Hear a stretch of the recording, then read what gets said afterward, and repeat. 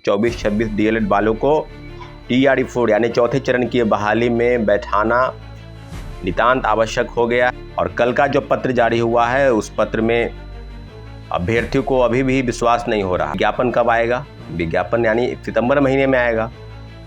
परीक्षा कब? और शिक्षा मंत्री जिस लहजे में बात कर रहे हैं मीडिया के पूछे सवाल पर, बात बिल्कुल स्पष्ट है कि अभ्यर्थियों को गुमराह करना ही उनका एकमात्र मकसद है।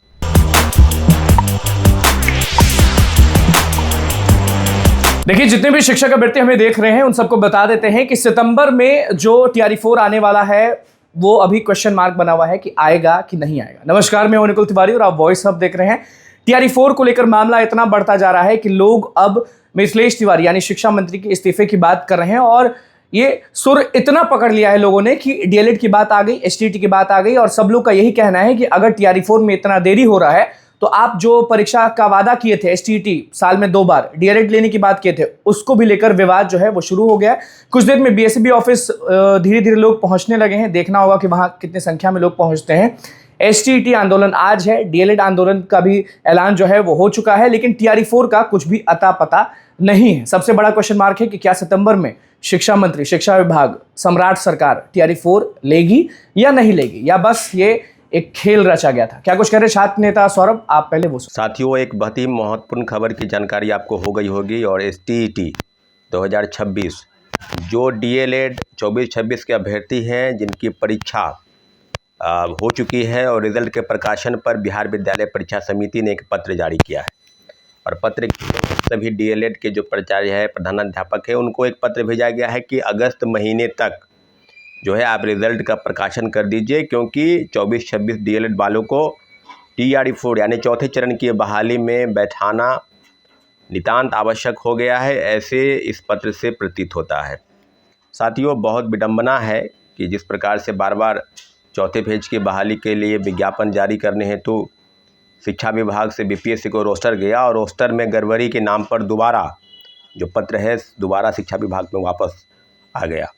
अब बार बार शिक्षा मंत्री कह रहे थे कि हम बहुत जल्द कर देंगे, 1 से 2 दिन के अंदर सारी चीज़ें हो जाएगी, और जुलाई 25 तक उसकी जो डेट थी वो डेट थी और पूरा उम्मीद था कि अगस्त महीने के पहले सप्ताह तक विज्ञापन आ जाएगा। और कल का जो पत्र जारी हुआ है उस पत्र में अभ्यर्थियों को अभी भी विश्वास नहीं हो रहा है। कई अभ्यर्थी ये मान के चलते हैं कि ये पत्र जो है वायरल है, फेक है, फेक खबरें को फैलाया जा रहा है, तो बहुत सब चीज़ें हैं। लेकिन आपको बता दें कि बिहार विद्यालय परीक्षा समिति ने इस पत्र को कहीं न कहीं अगर भेजा है तो उस पर कहीं नहीं विचार तो चल रहा है। और अभ्यर्थी भी ये बात जानते हैं कि 24-26 BEd और DELED वाले के लिए STET होना आवश्यक है या अपेयरिंग के कैंडिडेट के तौर पर उनको TRE-4 में शामिल कराना। तो इस पत्र से ये बात साबित हो गया कि कहीं न कहीं उनको शामिल कराने की मंशा सरकार को है, शिक्षा विभाग को है, BSEB को है। और अब जब आप शामिल कराना चाहते हैं तो इस पत्र के आलोक में एक बात ये भी जिक्र है कि परीक्षा जो होगी यानी सितंबर महीने में होगी। तो विज्ञापन कब आएगा? विज्ञापन यानी सितंबर महीने में आएगा। परीक्षा कब होगी इसका कोई अता पता नहीं है। BPSC जब कैलेंडर जारी करेगी तो कई परीक्षाओं का उसमें जिक्र होगा। AEDO के पेपर रद्द हुए, लेखा परीक्षा के पेपर रद्द हुए, चौथे फेज की बहाली के परीक्षा कब होगी इस पर भी जिक्र होना बाकी है। तो सब चीज़ों पर कहीं न कहीं विरोधाभास जो है वो टिका है। साथियों, अब जो बात है कि क्या 24-26 DELED और BEd के अभ्यर्थी अपेयरिंग कैंडिडेट की मांग करेंगे या उनको स्टेट कराने की मांग करेंगे, क्योंकि जैसे ही आप रिजल्ट का प्रकाशन हो जाएगा, कैसे कॉलेज हैं, कैसे DELED के जो जहाँ से कोर्स होते हैं 24-26 के, वहाँ के प्रधानाध्यापक को सीधे पत्र भेजने का मतलब है कि कहीं न कहीं आपके मन में सवाल है कि उनको शामिल कराना है। सवाल सीधा है कि जैसे ही ये बातें सामने आ जाएगी तो चौथे फेज की बहाली पर जो सितंबर महीने में जैसा कि विज्ञापन में जिक्र आ रहा है, तो पूरा अगस्त, अब देखिए आज 6 तारीख हो गया और लगातार गहमागहमी बनी है कि आगे हो जाएगा, इस महीने करा लेंगे, इस महीने करा लेंगे, इस तारीख को आ जाएगा, हमने भेज दिया है। तो बेतुका बयान बार बार शिक्षा मंत्री द्वारा दिया जा रहा है।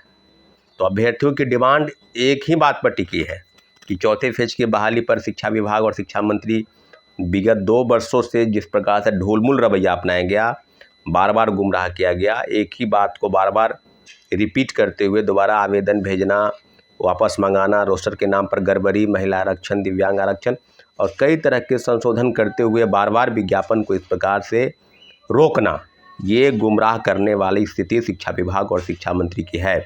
और शिक्षा मंत्री जिस लहजे में बात कर रहे हैं मीडिया के पूछे सवाल पर, बात बिल्कुल स्पष्ट है कि अभ्यर्थियों को गुमराह करना ही उनका एकमात्र मकसद है। स्टेट शामिल करे नहीं करे, 15 लाख अभ्यर्थी जो हैं वो इंतज़ार कर रहे हैं TRE-4 का, और बार बार यही बात दोहराई जा रही है कि इस महीने। तो पूरा उम्मीद कीजिए कि जिस प्रकार से बातें चल रही है, अब कमोबेश वो दिन दूर नहीं कि अभ्यर्थी चौथे चरण की बहाली की मांग, उसके साथ साथ शिक्षा मंत्री मिथिलेश तिवारी की इस्तीफ़ा और 2 अन्य मांगे जैसे कि प्रीलिम्स और मेंस उनका किसी भी हाल में स्वीकार नहीं।